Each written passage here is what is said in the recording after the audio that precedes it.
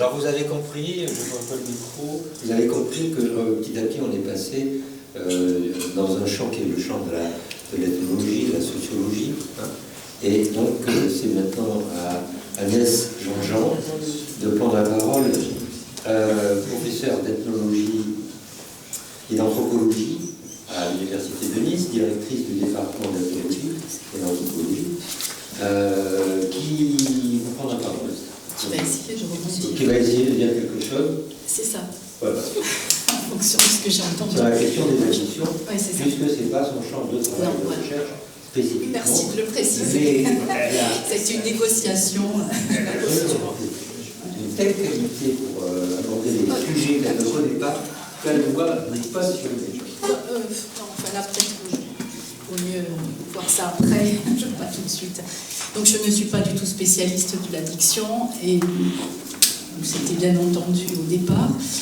Je vais quand même essayer de vous proposer, alors j'ai relu des choses, voilà, j'ai comme ça quelques propositions à vous faire pour essayer de réfléchir cette question de l'addiction. Et puis du coup, en entendant ce qui a été dit, effectivement, j'ai eu envie de rebondir, mais je ne sais pas si j'ai eu assez de temps pour réfléchir et si mes rebonds vont être intéressants, mais bon, voilà.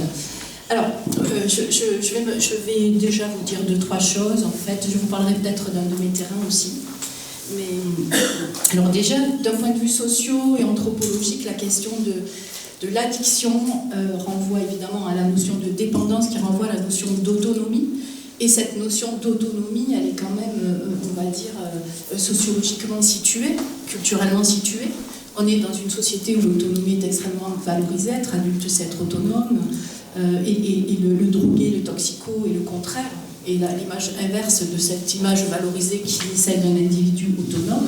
Donc déjà pour nous, c'est quelque chose qui peut être intéressant, de travailler sur des addictions, sur des consommations de drogue, etc. ou autres, pour réfléchir à la façon dont l'autonomie est perçue, pensée dans notre société. Je vais citer un travail exotique pour faire l'anthropologue un petit peu là. Monique Jeudi-Baligny est une spécialiste des sulcas. Les sulcas vivent en Océanie, en Papouasie-Nouvelle-Guinée, et elle montre que pour les sulcas, la notion d'autonomie n'est pas du tout valorisée. C'est le contraire qui est valorisé.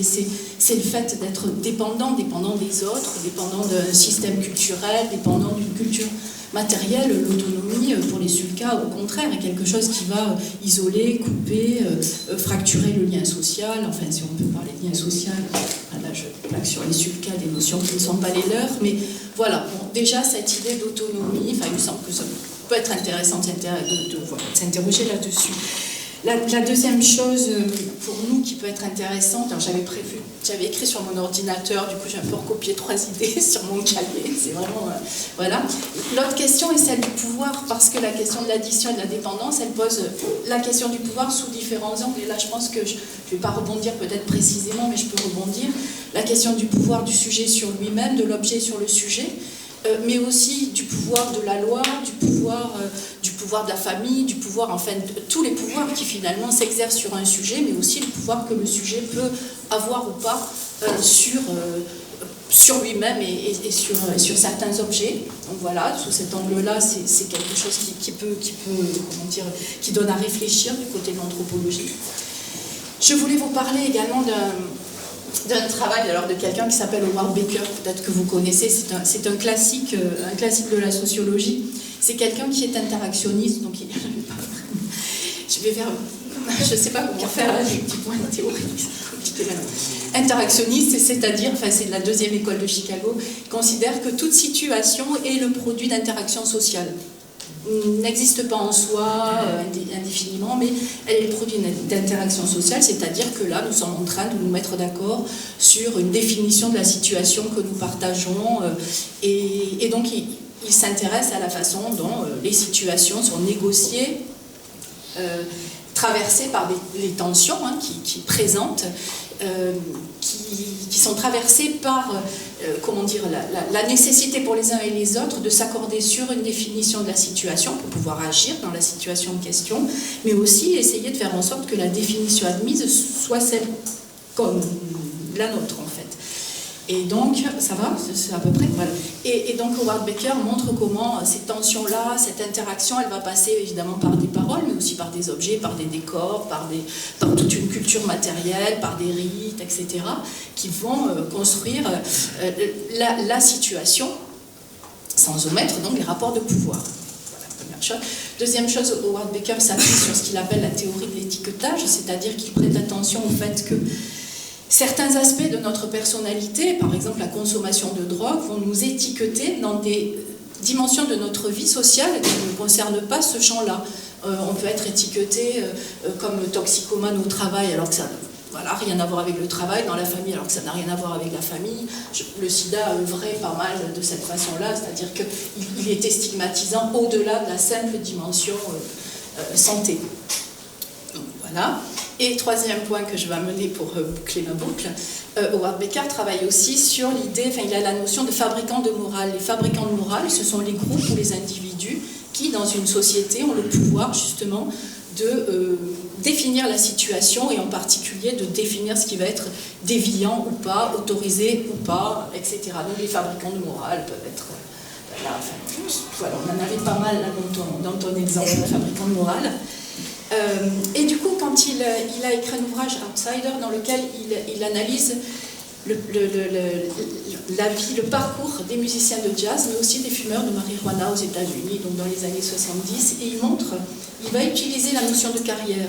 Et il montre comment finalement, ce qui va être qualifié comme une dépendance ou comme une addiction, etc., s'inscrit dans une carrière. Et à chaque instant de cette carrière, il y a eu des interactions sociales qui vont mobiliser tout ce que je vous ai décrit, à la fois des fabricants de morale, des tensions pour la définition de la situation, mais aussi des apprentissages techniques. Ça fera le lien avec mon autre point. Des apprentissages techniques. Par exemple, un fumeur de marijuana va être initié, va apprendre à absorber la fumée, à la garder pour pouvoir reconnaître les effets de la substance. Donc là, il va être socialisé en quelque sorte. Et puis après, va se passer une autre étape qui va être celle d'apprendre à rouler son joint. Et parfois, certains fumeurs décident que non, celle-là, ils ne la franchiront pas. Parce qu'ils sont baignés aussi dans d'autres interactions sociales qui les conduisent à poser cette limite-là. À acheter soi-même sa marijuana, c'est comme du marijuana maintenant, mais bon, on est passé à bien d'autres choses. Voilà, et donc des étapes qui chaque fois mobilisent d'autres que soi et une culture matérielle. Voilà, et j'avais envie d'apporter cette idée-là d'une carrière en fait déviante et d'une carrière dans l'addiction qui mobilise en fait toute une société et pas un seul individu dans ce rapport avec un objet. Bon, là pour le coup je suis mon anthropologue parce que c'est vrai que voilà et du coup cette idée que l'individu dans la dépendance ou dans l'addiction n'est pas seul avec son objet. En anthropologie, en sociologie, c'est là-dessus qu'on travaille. On ne travaille pas sur la relation du sujet à son objet, on travaille justement sur le contexte, enfin tout ce qui intervient. Et donc je voulais insister là-dessus, sur l'idée que ce qu'on peut apporter, c'est ça, c'est le fait que le sujet n'est pas seul avec son objet, mais que énormément de choses interviennent, et c'est comme ça que tu as introduit d'ailleurs oui, voilà, je ne sais pas comment on peut appeler ça. Voilà. Donc là, ça se rapproche du rituel. Alors après, ça voilà. Autre chose, alors j'ai pas mal relu pour préparer, parce que j'étais un peu quand même inquiète d'avoir rien à vous apporter. J'ai pas mal relu une thèse de Mélanie Roustan, qui est une anthropologue qui a travaillé justement sur les consommations de drogue au prisme de la culture matérielle. Mélanie Roustan, on travaille ensemble dans un groupe de réflexion qu'on appelle le groupe Matière à penser, et dans lequel on réfléchit beaucoup à la façon dont l'action sur la matière agit sur le sujet agissant. Comment est-ce que la culture matérielle, je dois vous cligner des yeux, je ne sais pas si c'est clair ce que je dis, mais comment la culture matérielle et l'action d'un sujet, action technique ou pas, sur et avec des objets dans le mouvement, participent à la construction du sujet. Et donc Jean-Pierre Varnier qui pense à écrire le sujet et ses objets, ça va vous parler en mettant des tirets entre le sujet et ses objets, donc tout attaché. Voilà. L'idée c'est qu'est-ce que l'action sur la matière fait au sujet agissant par le biais de l'incorporation du mouvement, d'objets et de techniques. qui sont chargés de signification, qui sont des objets sociaux, culturels. Si j'incorpore, je ne sais pas moi, si quand je roule avec une... Voilà, je vais incorporer la voiture. C'est un exemple d'ailleurs qu'on utilise. La voiture, l'avion, voilà. Quelqu'un qui à un moment donné monte dans sa voiture, incorpore cet objet. Un objet qui est politique, économique, enfin qui a des dimensions multiples. Je vais l'incorporer. Et c'est à travers cet objet que je vais percevoir mon environnement. Et puis après, je vais peut-être le désincorporer pour aller conduire un avion, ou un bateau, ou aller nager, ou aller faire autre chose, passer par d'autres éléments d'une culture matérielle que je vais incorporer, désincorporer, etc., etc. Et donc on travaille sur la façon dont ces incorporations, désincorporations d'objets dans le mouvement participent à la construction du sujet, y compris inconscient. Qu'est-ce que c'est incorporer? Incorporer, c'est par exemple quand on est dans la voiture, dans sa voiture, on va sentir la route à travers les mouvements. Où on marche avec une canne, on va percevoir le sol à travers la canne. Donc on va en quelque sorte, voilà, on va encore en quelque sorte incorporer l'objet dans notre perception. C'est intégrer, désintégrer au schéma corporel, etc. Ça rejoint l'idée d'exosquelette. Oui, là j'ai pas eu assez de temps pour penser à la question. Mais c'est un mois augmenté d'une carrosserie. C'est intégrer à son schéma corporel en quelque sorte des éléments de culture matérielle et puis les désincorporer, les incorporer. Alors tout ça, voilà, pour revenir à l'addiction, à la dépendance et aux consommations de drogue, chez Mélanie Roustan. Elle s'intéresse par exemple à toute la culture matérielle qui environne le fait de fumer du cannabis. On a les boîtes dans lesquelles on met le cannabis, la boîte pour le papier, enfin il y a toute une culture matérielle qui environne... Un rituel? Non. Elle ne veut pas y aller. Non, j'y arrive après. Donc, toute une culture matérielle qui environne donc cette pratique-là et qui va participer à la façon dont les sujets se construisent dans l'action et donnent sens à ce que je... Mais je vais y arriver au rituel. Hein. Mais du coup, ce qui m'intéressait, là je vais essayer de rebondir sans vraiment rebondir. Ouais, quand tu as parlé, j'avais envie de te demander, parce que tu as parlé du mur. On prévoit avec Frédéric Vignot, d'ailleurs, on organise une journée d'études sur les murs, le mur.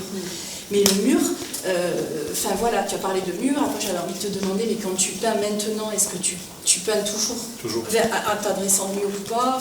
On voit bien comment un élément de culture matérielle, un mur, socialement construit par des maçons peut-être, du Costa Rica, c'était au Costa Rica, je suis un peu perdue, mais voilà, par des gens qui ont construit ce mur d'une certaine façon. Donc ce mur renvoie à des rapports de production, il renvoie à la façon dont on conçoit une habitation, enfin il est chargé de signification, et en même temps ce mur va être pris dans cette pratique-là, et bien évidemment la pratique va aussi être, imprégnée de façon consciente ou inconsciente de ce que ce mur est porteur, de ce dont ce mur est porteur en tant que production sociale et culturelle. Enfin voilà, c'était le mur, la voiture, alors là n'en parlons pas. On se prend des murs avec la voiture. C'est ça, on prend des murs avec les voitures. C'est moins constructif. Voilà, donc il y a cette façon, je ne peux pas développer là, mais voilà, peut-être prendre en considération la culture matérielle qui environne l'addiction, la consommation, le rapport à l'objet de l'addiction. Mais ce qu'à propos de cet investissement de l'objet, ça me fait penser à cette film de Cronenberg qui s'appelle Crash, dans lequel on va investir la voiture et par laquelle je vais avoir accès à une excitation par la destruction de l'objet. On va dire, je vais jeter la voiture contre un mur et ça va me rendre une jouissance dévorante et magnifique.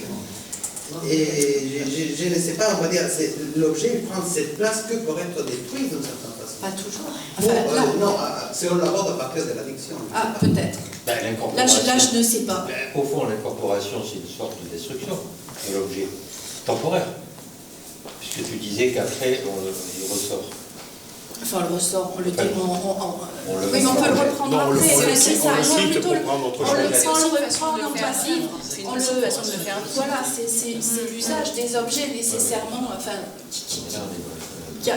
Parce qu'en fait, si je vais là, en anthropologie des techniques, par exemple, pendant longtemps, on s'est intéressé à l'effet du sujet agissant sur la matière. Comment est-ce qu'un sculpteur transforme son morceau de bois? Et là, la question, c'est en retour, en quoi cette action transforme, En quoi cette action transforme le sujet agissant, voilà. Donc en quoi, et la culture matérielle. Ça fait penser à un film, Après, si que tout le monde a dû voir, ce que tu racontes, c'est exactement ça, ça s'appelle Christine. Christine, c'est l'histoire d'un homme de Stephen King, qui vient parler de ça. C'est-à-dire comment l'homme et la voiture finissent par ne faire plus qu'un. Il est la voiture et la voiture est lui. Et les pulsions destructrices de cet homme deviennent les pulsions destructrices de la voiture. Donc il y a quelque chose qui est très fin dans l'analyse de Stephen King. Maintenant, est-ce qu'on parle d'identification ou est-ce qu'on parle d'incorporation? Voilà. Alors moi je parle plutôt, là je crois, après moi je ne suis pas psy du tout. Moi là je vous parle d'incorporation, c'est-à-dire qu'à un moment donné, on incorpore, enfin, il est question de l'incorporation de la dynamique d'un objet dans l'action. Après l'identification, je ne parle pas d'identification à l'objet, mais en incorporant la dynamique d'une bagnole à l'objet, à soi, quoi. On incorpore des valeurs, on incorpore des représentations de la vitesse. Ou alors on a un vieux combi Volkswagen et on va incorporer une vision de l'aventure. Agnès, c'est très christique. C'est de la transsubstantiation. Incorporer le corps du Christ. Non, je crois que vous avez. Enfin, je crois que c'est un peu trop plus loin. Là, c'est comme quand vous voulez me faire dire rite alors que je veux. Rituel.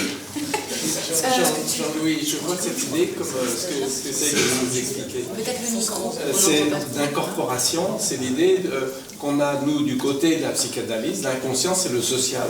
Tout ce qui vient de manière assez déstructurée, enfin inconsciente, c'est l'inconscient.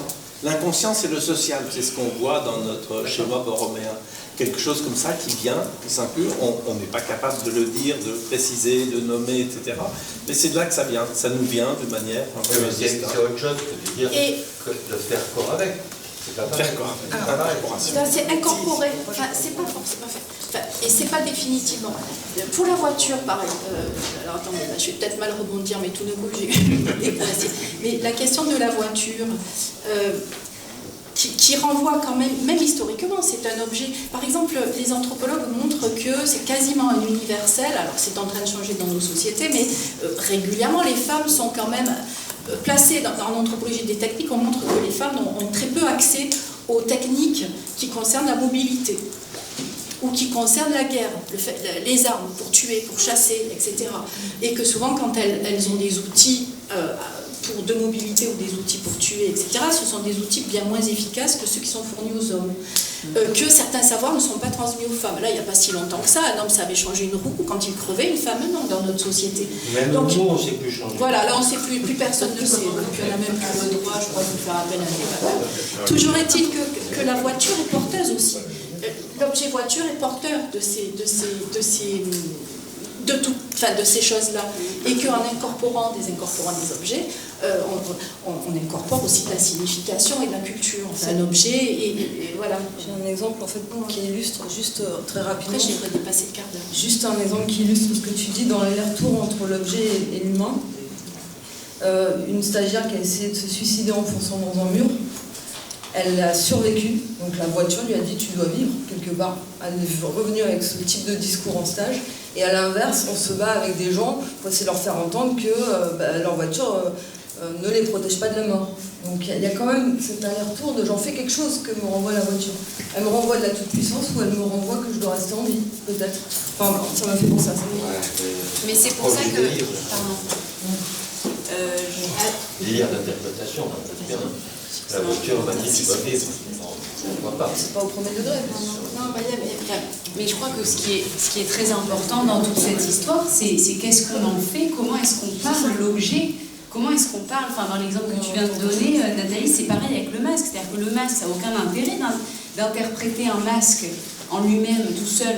Ce qui compte, c'est comment le masque est porté par le discours du patient, comment il se raconte à travers ce masque, qu'est-ce qu'il reconnaît de lui, qu'est-ce qu'il ne reconnaît pas, qu'est-ce qu'il veut bien voir, qu'est-ce qu'il veut bien entendre au niveau pulsionnel, comment il investit l'objet comme une extension de lui et dans ses rapports d'identification, d'incorporation. Il y a une différence qu'il faut... Non, il y a une différence, c'est que nous, ce que nous appelons objet, c'est pas un objet. C'est ça. C'est pas l'objet. Ben Voilà. oui, c'est pas objet l'artefact. calme. Moi, je vous parle Ce que nous appelons d'artefact. objet, par exemple, je peux dire qu'une coupure, la coupure, c'est un objet. Oui. Voilà. Et alors, ça ne se matérialise pas, on n'est pas dans la matérialité de l'objet. Donc, c'est pour ça que les psychanalystes, ils sont impossibles, parce qu'on parle autrement de choses. C'est pour ça que lorsque l'anthropologie et la sociologie parlent d'objet, incorporer l'objet, j'ai parlé de culture matérielle. Oui, oui. C'est l'approche de l'addiction, en fait, de la dépendance par la culture matérielle, c'est-à-dire regarder les éléments de culture matérielle. Parce que là, on a parlé de plein d'artefacts. On a parlé de techniques. Voilà, donc moi, juste là, ce que dit l'anthropologie, c'est prendre en compte la culture matérielle. Parce que du coup, ça vient mettre de la culture aussi dans la relation à l'objet, la vôtre. Si je me permets. Et parce que. Non, mais. Voilà, et de l'altérité peut-être, mais alors quel autre en fait. Il y a Jean-Jacques qui vous répond. Mais vous aviez précisé avant, il y avait un autre point que vous aviez, à mon avis, qui est accordé. C'est la question de qui dicte la morale, hein, vous avez dit tout à l'heure. C'est-à-dire qu'un objet addictif, ça va dépendre du discours de ceux qui dictent la morale. C'est ça. Et on voit bien qu'avec nos amis allemands, là, en ce moment même, enfin, comme vous le savez, il y a des discours sociaux et politiques qui vont cliver des deux côtés de la frontière. Ce qui va se passer pour un objet apparemment addictif, qu'on appelle le cannabis, qui va verser d'un côté comme usage médicalisé, voire que l'État lui-même va se porter garant de la transformation de cet objet, et nous qui restons assez dubitatifs en France, pour des raisons que... Vous voyez, donc c'est ça qui est intéressant, c'est-à-dire qui va dicter dans des pays aussi proches la différence d'un rapport apparemment à un objet. Mais ce n'est pas l'objet, effectivement, c'est toute une constellation que vous évoquez très bien. Oui, c'est ça, la limitation de vitesse. Il y a peut-être quelques années, je ne connais rien en vitesse, mais on roule à 130, on n'était pas... on roule à 180, je ne sais pas. Et puis, on roule à 80, et ben, du coup, quand on roule à 90, alors que 10 ans avant, c'est quelque chose qui est socialement construit. Enfin, nous, on travaille sur la culture et le contexte. Hein. Moi, je ne peux pas vous parler du rapport du sujet à l'objet réel, je vais jouer les castrateurs. J'avais autre chose à dire. Je vais jouer les castrateurs. Agnès, Nathalie, oui. Vous vouliez dire quelque chose? Non, parce que vous disiez, il faudrait que je reprenne la phrase, mais l'objet réel, le manque... j'ai un trou. Non, c'est pas le manque symbolique. Le manque symbolique, voilà. Oui, mais c'est le manque réel. Et le manque réel. Et en fait, on est dans cette société-là qui nous dit acheter pour combler le manque. Ah, ben oui. Et donc finalement, moi, ça me paraît logique qu'on en vienne à parler finalement de l'objet matériel aussi. En tant que ce qui est préconisé, c'est acheter. Vous voulez être heureux, achetez. Ne voulez pas acheter. Donc il faut bien acheter de l'objet et c'est sans forme du coup. C'est bien ce qui est en jeu, c'est-à-dire qu'on nous fait croire, au sujet, encore là le mot sujet, il faut encore. On fait croire au sujet que c'est ça qu'il désire. Oui. Bon, et on est dans la corporation. J'avais des phrases de Lacan qui disent tout à fait ça, c'est-à-dire que ça, il dit, en gros, c'est bien réussi, le discours capitaliste, chapeau, ça a bien marché. Hein. C'est-à-dire qu'on te fait croire ce que c'est ton désir. Voilà. Avec l'illusion de contrôler ce manque. L'objet, c'est pas ça, il n'est pas là, en fait, il est toujours ailleurs. Voilà. Donc on ne parle pas du même objet, mais c'est pas pour ça que c'est pas du tout intéressant. Mais dans la relation addictive à un objet, c'est bien d'un objet réel dont il s'agit. Comme l'heure du manque symbolique. Du coup, ça me... Et quand on dit objet réel, il faut interroger aussi le mot réel. C'est pas la réalité de l'objet, c'est le réel. Alors on parle... Non, alors je parlais d'objet matériel. Allez. Parce que c'est la question de l'incorporation, en fait. C'est ça que je retiens. Incorporer quelque chose... Incorporer, c'est dire ça mélange le corps. Voilà. Pour combler le... et le corps, pour nous, c'est fait de mots, c'est fait de langage. Et on ne parle pas du corps du physiologiste ou du médecin légiste. Non, on parle d'autre chose. Oui, on parle de la dimension imaginaire du corps. Moi, je suis par exemple, Marcel Mauss considère que le sujet parle d'être total, qui est à la fois bio, psycho et social. Et donc ces trois, il parle pour nous, l'homme total, la culture, un objet, il est je veux dire, effectivement, c'est du plastique, mais il renvoie des rapports de production, il renvoie des modes de consommation, il renvoie une histoire, il renvoie des dimensions esthétiques, religieuses, etc. Et pour nous, tout est là. Et on n'existe pas en dehors des objets. Enfin, c'est l'idée qu'on défend, c'est-à-dire que le sujet, il naît peut-être dans leur langage, mais il naît aussi dans les objets. Et la matérialité. Et cette matérialité, il n'y aurait pas un idéal et un matériel, mais l'idéal n'existe pas sans le matériel et le matériel n'existe pas sans l'idéal. C'est une position théorique, mais qui est, voilà, qui est celle que... Et du coup, l'idée, c'était de regarder l'addiction, la déviance sous cet angle-là. Voilà, alors, il va falloir conclure là, sur ce chapitre-là. Mais il y a encore la question du rituel, parce que Jean-Marc André va faire une jolie slide. Et Angelo qui... Oui, non, c'est très intéressant parce que moi j'avais lu un petit texte qui m'avait amené un mot que je n'entends pas dans les discours, que c'est très intéressant, surtout abordé à partir de notre société capitaliste, et c'est que pour pouvoir avoir accès à cet objet, la relation du sujet à l'objet passe forcément par la dette. Par là La dette. Par la dette. Ouais. Et je pense que c'est aussi le plus grand problème de la vie. Oui, on a donné la définition tout à l'heure. Ah oui. Mais je me pose la question justement de la place de la dette pour cette reconnaissance de l'objet et la relation que le sujet pourrait avoir avec. Il y avait une autre question là. Juste une petite remarque par rapport à l'objet et puis le manque. Il y a deux sortes d'accumulation d'objets selon la structure.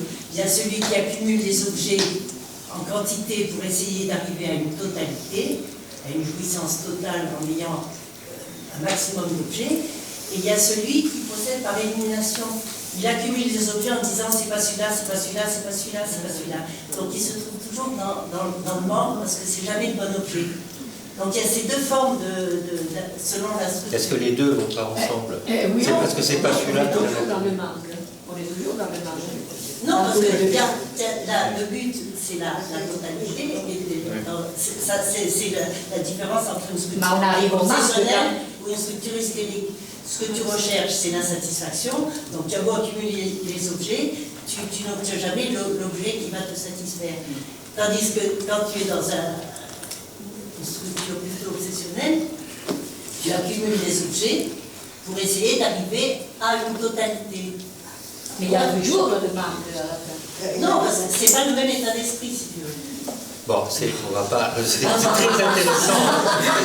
Non, mais c'est deux formes d'addiction. Il y en a qui sont addicts au manque et d'autres qui sont addicts à l'objet. Il y en a qui sont addicts à la psychanalyse.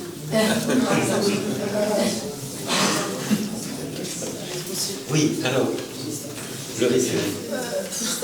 En deux mots.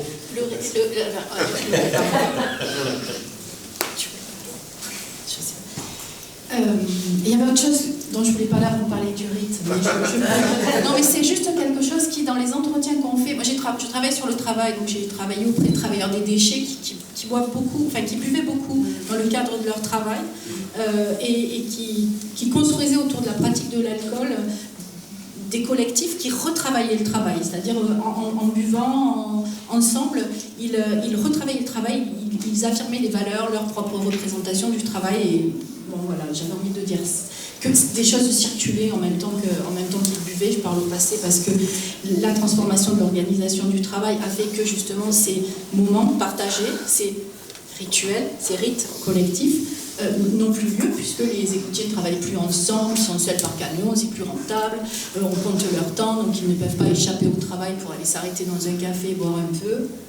Je vais faire le rite, promis, mais je voulais vous parler de ça moi, au début. Ça en fait partie. Par exemple, voilà, la façon dont les écoutiers buvaient et boivent se situaient sur des parcours en ville. Par exemple, quand j'étais avec eux, je les accompagnais dans leur travail, on sortait d'un égout, et puis ils m'avaient raconté qu'ils n'étaient pas si vieux que ça, qu'ils étaient jeunes et qu'ils pouvaient faire des tas de trucs de jeunes. Et hop, on allait boire de l'alcool dans un bar fréquenté par des jeunes, dans lesquels les gens jouaient aux fléchettes. Et puis plus tard, parce qu'ils m'expliquaient que j'étais des Montpelliérains des vrais, hop, on allait boire de l'alcool dans un bar qui était un vieux bar montpelliérain et qui montrait leur ancrage dans la ville. Après m'avoir dit que si je voulais travailler avec eux, être ethnologue auprès d'eux, il fallait que j'ai l'habitude de fréquenter les lieux malfamés. C'était une façon de me dire quelle femme je devais être pour pouvoir rester auprès d'eux, il m'amenait dans un bar fréquenté par des prostituées et il buvait de l'alcool. Et non, mais tout ça pour vous dire que cette consommation-là est pourvoyeuse de sens et d'identité. Alors là, chez les égoutiers, c'était manifeste parce que c'était dans l'espace urbain, etc. Mais ça allait aussi avec des temporalités, des objets, des espaces. Et finalement, la consommation d'alcool, je parle que de la consommation d'alcool, c'est un peu décousu, mais c'est parce qu'on va poser plein de questions au milieu.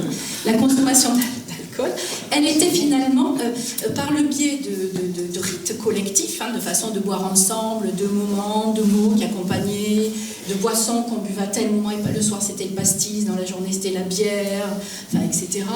À deux, à plusieurs, on disait oui, en haut, les chefs ils boivent du whisky, nous on boit du pastis, enfin il y avait des tas de choses en détail sur justement la pratique concrète de la consommation qui constituait donc une identité professionnelle collective qui donnait sens au travail, qui faisait circuler des savoirs et qui s'inscrivait dans des rites.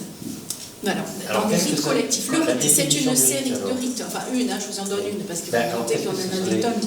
Les rites, c'est une série, donc ce sont des actions à caractère plus ou moins répétitif, dont l'efficacité ne se réduit pas à la causalité, c'est-à-dire à la relation cause-effet, mais va au-delà, c'est-à-dire qui ont une efficacité symbolique. Voilà. Symbolique, donc, donne sens à la pratique. Voilà, et ce que je voulais vous dire, voilà, c'est là en tout cas, voilà, ce qui m'intéressait, c'était une question, voilà, comment est-ce que l'addiction, dans le discours et dans les pratiques, certaines fois, est liée au travail et à la socialisation, alors qu'on pourrait imaginer que c'est le contraire, qu'elle est désocialisante, et pourtant, moi les égoutiers me disaient, ça nous permet de faire groupe, tu vois, et puis ça nous permet de bien travailler, de faire face au travail, de supporter le travail. Pareil pour le café-clope, le café-clope qui permet de bien travailler, d'être vif d'esprit, de finir sa thèse, même le soir. Donc cette idée d'associer quelque chose qui finalement est de l'ordre de la dépendance de l'addiction à ce qu'on appelle en sociologie les grands intégrateurs, c'est-à-dire le travail, enfin le contraire, quoi. Et le rite justement, est à cet endroit-là, c'est-à-dire que le rite, par le biais de la culture matérielle qu'il mobilise, des temporalités qu'il crée, va enchasser la pratique, la consommation de drogue ou de je ne sais quoi d'autre, dans la vie sociale, en donnant sens à la pratique. Alors, est-ce que le rite permet de donner sens ? Est-ce que le rite permet de maîtriser? Moi je ne suis pas fonctionnaliste, donc je ne sais pas à quoi vraiment sert le rite, mais en tout cas le rite c'est ça. Est-ce que ce n'est pas la répétition d'une action originaire? Alors, est-ce qu'elle ne prend pas son ancrage principalement sur un acte symbolique originaire? La répétition, le rite. Le rite, enfin oui. le rite, alors je vais vous embêter, parce qu'en fait le rite est plus ou moins répétitif. C'est-à-dire que ça peut être un rite peut n'avoir été effectué par une personne qu'une fois, voire même jamais dans sa vie. Mais il est répétitif dans ce sens que dans l'histoire du groupe ou de la société, il est censé s'être répété. On peut inventer des rites qui n'ont jamais eu lieu, puis on décide qu'on invente un rite. Et ce qui est intéressant là, c'est que le rite va créer de la tradition. Et pour les addictions et la dépendance, c'est intéressant, parce que le rite de « je fume mon joint et on le fait circuler » va créer du collectif et va inscrire cette pratique-là dans une tradition qui, on ne sait pas, enfin, tous les discours sur les substances, etc. Donc le rite, en fait, il peut être intéressant en ce sens-là, c'est-à-dire qu'il va donner sens, il est ancien, répétitif ou pas, en tout cas, c'est quelque chose qui va inscrire dans de la tradition, dans de la culture et dans du sens, une pratique, et qu'il aborde. Et les égoutiers, après j'arrête les promis, les égoutiers, c'était intéressant de voir que transformation de l'organisation du travail, ah ouais, tu vois, maintenant les mecs ils boivent plus ensemble. Et certains, les alcooliques, sont seuls dans leur camion et achètent des canettes à la va-vite dans des distributeurs. Et du coup, ça devenait stigmatisant, honteux. Là, c'était de l'alcoolisme. Et pourtant, c'était la même, en termes de descente, c'était la même. Et à la retraite aussi. Ce qui me disait, tu vois, en fait, les gars meurent tôt. Ils meurent très vite après la retraite. Mais on ne sait pas si c'est parce qu'ils ont respiré des choses là-dedans qui étaient néfastes pour leur santé, ou si c'est avec tout l'alcool qu'ils ont bu. Et là, la pratique de l'alcool redevenait quelque chose qui tuait, qui était négatif, change de sens. C'est la même, hein, mais vu autrement. Voilà, je ne sais pas si je m'en répondu sur Oui, mais... tout à fait des textes de bord, etc., qui ont été lus, hein, on retrouve ça, Ouais, hein, c'est ça. dans ces textes littéraires.